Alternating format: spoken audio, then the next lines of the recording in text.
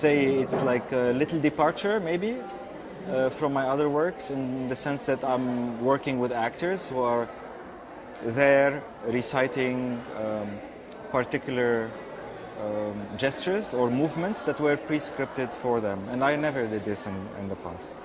So it's like a player playing with an instrument, a piece of music that was written for him or her to play. And the script is about two lovers falling in love and leaving each other, but it's recited or enacted by three characters and not two. Three characters rotating, one leaves and then someone else comes, they fall in love and then the first one leaves and then someone else comes. So it's like a loop. The three of them rotate one after the other, falling in and leaving each other.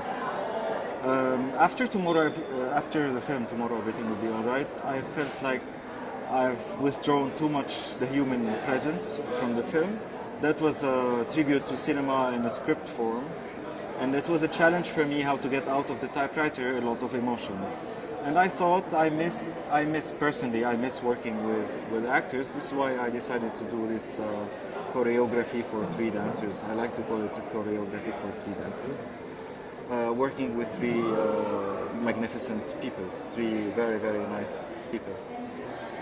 Yeah, I mean, okay, on the first initial layer, there's the idea of nudity. People in Lebanon are not easy with nudity. It's not like in Germany where you can ask someone to be naked, they automatically just like don't mind being represented naked. And I've done a lot of research in my archaeological work in photography. I did a lot of research about when people decide to pose in front of a camera naked. And I kind of was inspired, and I thought, okay, let's make falling in love like undressing each other. It's like kids play, actually. It's like children play. And the dance is inspired by children playing, but the mind is like, I mean, the mind is set on the idea of falling in love. There are two direct influences for this work. A scene from a film called La Femme d'à côté by François Truffaut, where she loves him, he loves her, she is married, he is married, they haven't seen each other for a long time, all of a sudden they are neighbors. Gérald Depardieu and Fanny Ardant. So one time he follows her, they are in the supermarket, I think, and finally in the parking space in front of her car, he kisses her for a long, long time. And then she falls on the floor. She fainted.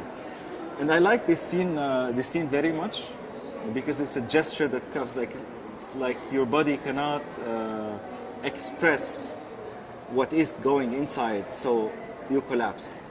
She collapsed on the floor. And this is the idea of, like, this is one of the gestures that these two recite. So it's I pre-scripted for them to rotate with very, almost like kissing, and then one of them falls on the floor.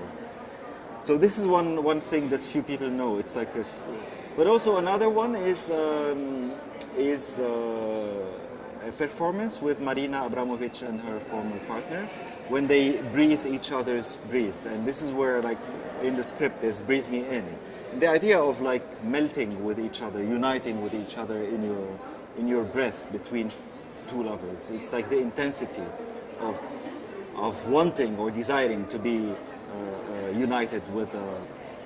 So there are those layers in the film to retrace the gestures that they are performing, but finally it's, as I said, it's like a game. It's like children playing a game.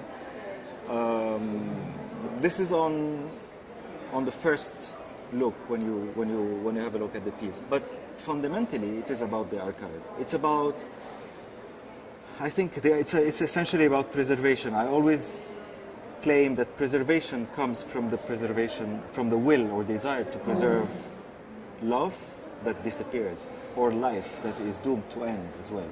So our obsession with preserving things is a way to encounter, or not to encounter, a way to fight the natural inclination of things to leave.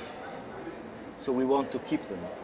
And that's the idea behind the museum. The museum is a repository of all those sediments, let's call them.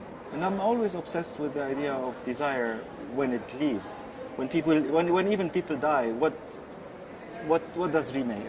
It's like what remains is those inanimate objects, like those objects that are banal objects, but they tell stories, and their power is that they refer us to those love stories that are not there anymore. So the nucleus of the museum is that film, if you want to. I think there's very, very little sex represented in Where I Come From on screen. It has to do with social constraints, but also legal constraints in most of the times. Not to say that there's a lot of sex anyway in the arts world internationally. I don't think so, because it's like you don't see sex on the street, you don't see sex on TV, you don't see. I think it's the public. It's an issue of conservative attitude of the majority that governs the public sphere or the social public space. I avoid talking about or generalizing about where I come from, because where I come from, Lebanon or Arab societies, you can find sometimes pockets of extreme conservative attitudes and pockets of extremely liberated attitudes towards relationships or towards sex. So there's everything. But what gets to be represented is, like, normally you are asked as audience to forget about sex when you go watch a film or when you go into an art world. It's as if you want to switch off that layer in yourself. I definitely like to address things from a very, very personal perspective, from my individual experience, and this is how I reach out to history with a big H. I try to come with a very, very personal story, but address something that is universal. And with this film, I think I'm doing the same. I think Videobrasil represents so many things, like the amount of people I met here since 1996. I was very young when I came to Videobrasil. Especially now in this presentation around us, not only I see myself like growing up in age, but also I see a lot of friends that I miss. Some of us are here, some of us are not with us anymore. It's life. I think it's partly my life, parallel to other people's lives, but also parallel to how the festival's consideration of video changed from the 90s until today, how also borders between different areas within visual arts kind of slowly disappeared. It's really wonderful to be here for the 30th anniversary.